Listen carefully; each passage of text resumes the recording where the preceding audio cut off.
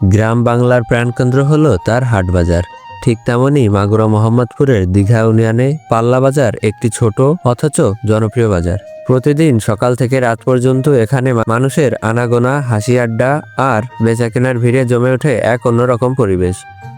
সপ্তাহের 7 দিনই পাল্লা বাজার খোলা থাকে, তবে বিশেষ করে সোম ও বৃহস্পতি এই 2 দিন জমে ওঠে মেলার মতো ভিড়।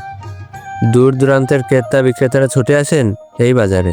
বাজারের প্রাণ হলো কৃষিপণ্য আর মধুমতি নদীর টাটকা মাছ। রাস্তার পাশ দিয়ে বসে বিক্রি হচ্ছে মাঠের টাটকা শাকসবজি, লাউ, লাল শাক, পুঁই শাক, বেগুন, ঢেঁড়স ইত্যাদি। গ্রামীণ কৃষকেরা ক্ষেত থেকে তুলে সরাসরি ক্রেতাদের হাতে তুলে দেন এই শাকসবজি। এছাড়াও বাজারের একপাশে জমজমাট পরিবেশ তৈরি হয়েছে মৌসুমী ধানের চারা, যা স্থানীয় ভাষায় পাতো বলে, সেটি বিক্রিতে। কৃষকেরা এখান থেকে সহজেই তাদের জমির জন্য বীজতলা সংগ্রহ করে থাকেন।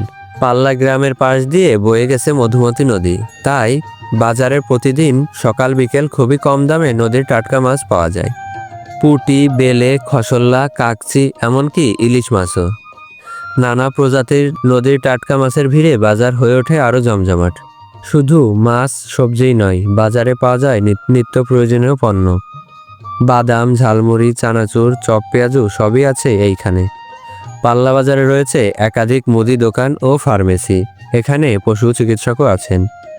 কম্পিউটারের দোকান, ফটোকপি ও মোবাইল সার্ভিসিংয়েরও সুবিধা। অর্থাৎ গ্রামীণ মানুষের প্রয়োজনীয় প্রায় সবকিছুই মেলে এই জায়গায়। বাজারের পাশেই রয়েছে পাল্লা মাধ্যমিক বালিকা বিদ্যালয়। এখানে কয়েকশো শিক্ষার্থী পড়াশোনা করছেন। বিদ্যালয় আর বাজার মিলে অঞ্চলটি যেন হয়ে উঠেছে শিক্ষার সঙ্গে অর্থনৈতিক কর্মকাণ্ডের কেন্দ্রবিন্দু। আসলে পাল্লা বাজার শুধু একটি বেচাকেনার জায়গায় নয়, এটি গ্রামীণ মানুষের জীবনযাত্রার প্রতিচ্ছবি। এখানে আছে শ্রমের ঘ্রাণ, আড্ডার উচ্ছ্বাস, বন্ধু আর পারস্পরিক সহযোগিতার গল্প। সব মিলিয়ে পাল্লা বাজার একটি প্রাণবন্ত, সহজ কিন্তু চমৎকার বাজার, যেখানে প্রতিদিনই ফুটে ওঠে মানুষের হাসি, শ্রম আর সংস্কৃতির রঙিন ছবি। আপনারা এই বাজার সম্পর্কে কি মনে করেন?